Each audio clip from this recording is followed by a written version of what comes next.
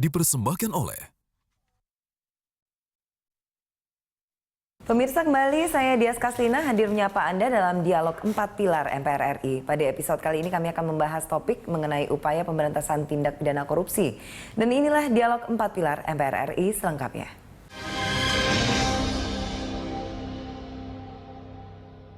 Tindak pidana korupsi termasuk kategori kejahatan luar biasa. Berbagai upaya dan strategi pemberantasan tindak pidana korupsi telah dilakukan di berbagai aspek kehidupan masyarakat. Namun kasus korupsi yang melibatkan penyelenggara negara masih saja terjadi. Mengapa praktik korupsi susah diberantas? Kita akan membahasnya bersama pimpinan fraksi Partai Demokrat, Didik Mukrianto. Ya, Pak Didik. Iya, Mbak Dias. Masih dengan semangat katakan tidak pada korupsi? Pasti harus itu. Pasti ya. Selamanya. Pasti semua anggota MPR, DPR juga demikian. Wajib.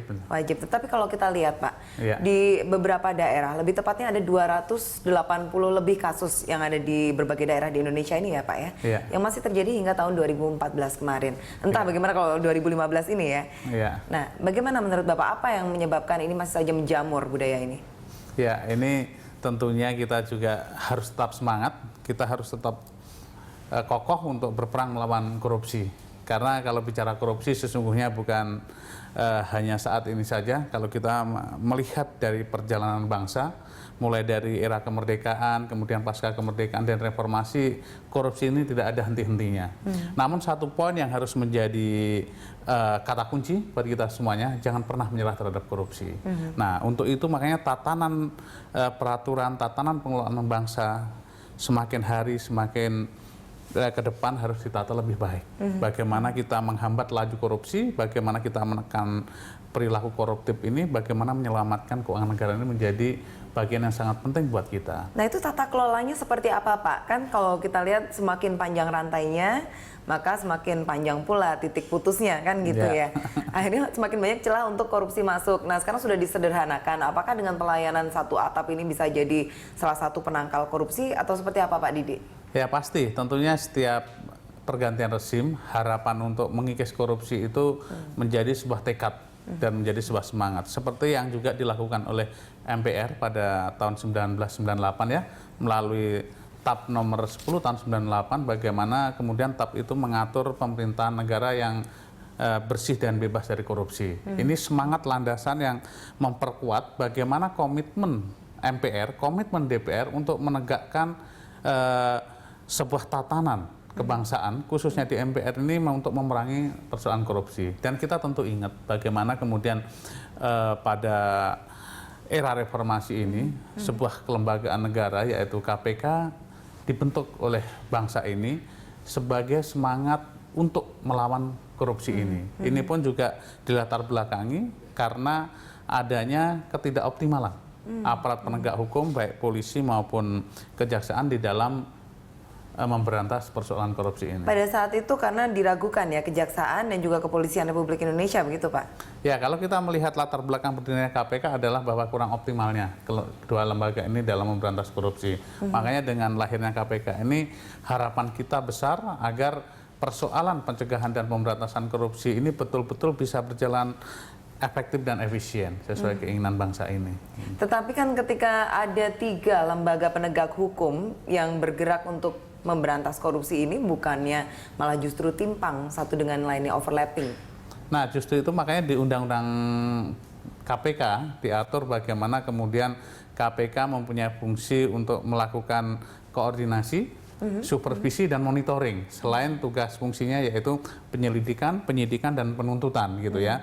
Nah, ketika sudah fase masuk kepada konteks koordinasi, terus kemudian supervisi, tentunya inilah untuk menjaga agar 3 kelembagaan ini, aparat penegak hukum baik polisi, kejaksaan maupun KPK bisa bersinergi utuh untuk mengepung seluruh perilaku koruptif baik dari tingkat pusat hingga tingkat yang paling bawah.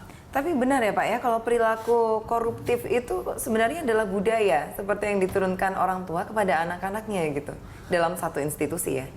Saya kok tidak ingin masuk ke dalam konteks budaya. Tentunya kalau budaya ini yang diwariskan adalah budaya yang baik gitu kan. Tapi ketika bicara korupsi ini adalah memang perilaku yang menjadi musuh kita bersama. Nah, makanya penting bagi kita menetapkan sebuah sistem yang bisa mengakomodasi setiap pengelolaan bangsa ini dan zero terhadap perilaku koruptif. Baik, menurut Anda Pak Didi, apa yang dilakukan KPK selama ini kan seperti terobosan ya, misalnya operasi tangkap tangan. Seberapa efektif itu operasi tangkap tangan itu Pak? Ya, kalau kita melihat pemberitaan beberapa kerja yang dilakukan KPK, kita melihat bahwa KPK sudah melakukan kerja yang luar biasa. Beberapa kasus korupsi sudah ditangani oleh kelembagaan KPK ini, termasuk operasi tangkap tangan. Ini juga menjadi sebuah bagian pemberantasan korupsi dalam konteks penguatan kelembagaan ini. Nah, dengan kewenangan yang diberikan oleh undang-undang kepada KPK ini, kita berharap KPK bisa lebih optimal lagi, lebih banyak lagi untuk melakukan tugas-tugas bukan hanya dalam konteks pemberantasan, tapi juga di dalam amanah undang-undangnya KPK juga harus lebih banyak juga menjalankan kewenangan di bidang pencegahan. Karena kalau kita dihadapkan pada tesis sekarang ini, ternyata dengan penindakan yang luar biasa, perilaku koruptif selalu ada. Nah, untuk itu hakikat dari korupsi tentunya bagaimana kemudian sebanyak mungkin KPK ini bisa menyelamatkan keuangan negara yang diselewengkan, atau bahkan bisa mencegah potensi loss dari keuangan negara. Nah, untuk itulah bahwa upaya penindakan ini juga harus dibarengi dengan upaya pencegahan yang masif, agar tidak ada potensi loss atau bahkan keuangan negara yang bisa hilang. Loss gitu ya. Kita coba berpikir dalam setahun ini kita lihat berbagai kasus korupsi penanganannya berbeda-beda. Artinya tidak ada grand design yang pasti.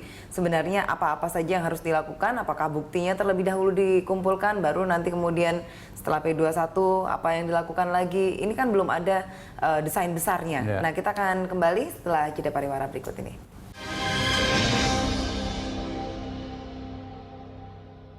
Dipersembahkan oleh